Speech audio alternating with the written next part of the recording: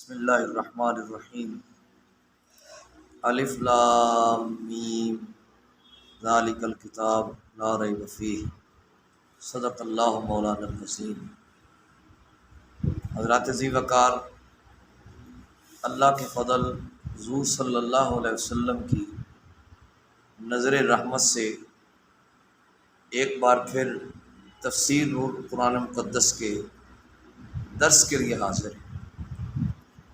سورہ بقرہ شریف کے فضائل پر ہماری گفتگو کا سلسلہ چل رہا ہے۔ نبی پاک صلی اللہ علیہ وسلم کے ایک صحابی ہیں حضرت اسید بن حضیر رضی اللہ تعالیٰ عنہ۔ یہ اپنا ایک واقعہ بیان کرتے ہیں حضور کی بارگاہ میں آ کر۔ یہ عرض کرتے ہیں کہ رات کو میں اپنے گھر میں بیٹھ کر سورۃ بقرہ شریف کی تلاوت کر رہا تھا۔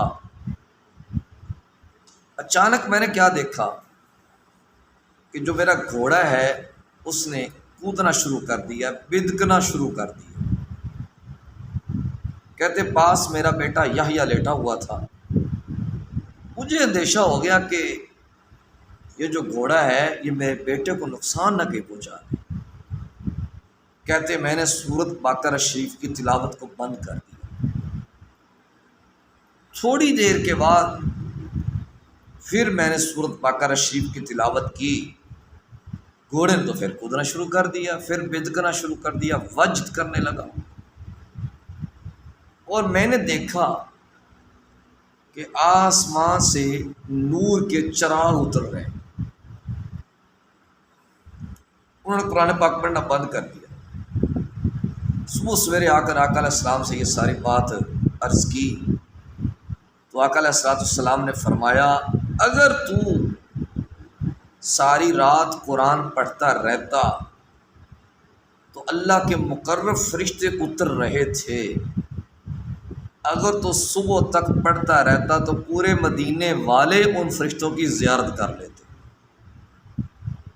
اچھا، یہاں پہ یہ بات بھی واضح ہو گئی کہ جس گھر میں سورۃ بقرہ شریف کی تلاوت کی جائے، اس کا معمول بنایا جائے، تو گویا اس گھر کی زیارت کے لیے اللہ کے مقرر فرشتے اترتے ہیں، اللہ کے فرشتے نازل ہوتے ہیں۔ اور دوسرا یہ چیز بھی ثابت ہو گئی کہ جہاں پہ اللہ کا قرآن پڑھا جاتا ہے اللہ کے مقرر فرشتے آتے ہیں، اللہ کی رحمتیں اترتی ہیں۔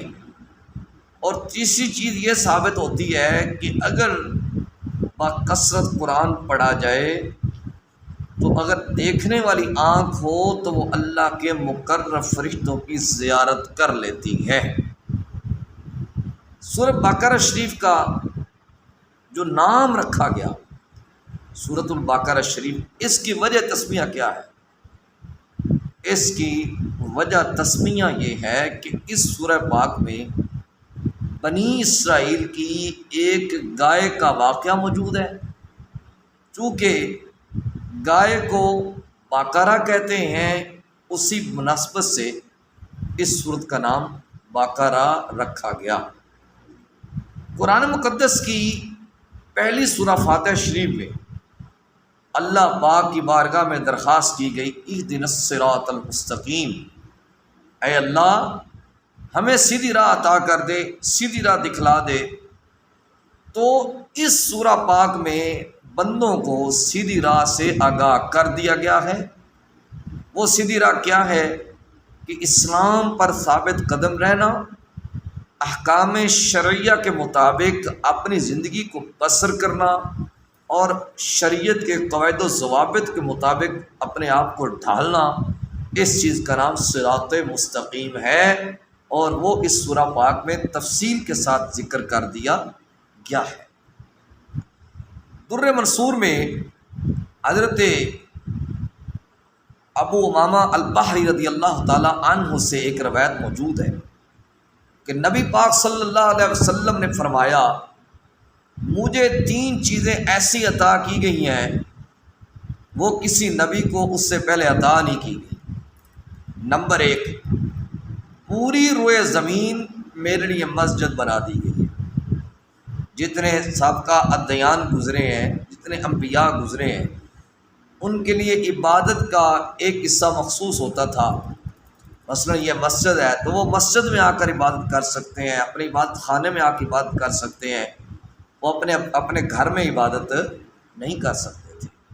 لیکن جب آمنہ کے لال والضحیٰ کے چہرے والے واللیل کی زلفوں والے اس روئے زمین پہ تشریف لائے، تو اس روئے زمین نے جب حضور صلی اللہ علیہ وسلم کے قدمین شریفین کو چوما، اللہ کو یہ ادا اتنی پسند آئی، اللہ نے پوری روئے زمین کو مسجد بنا دی۔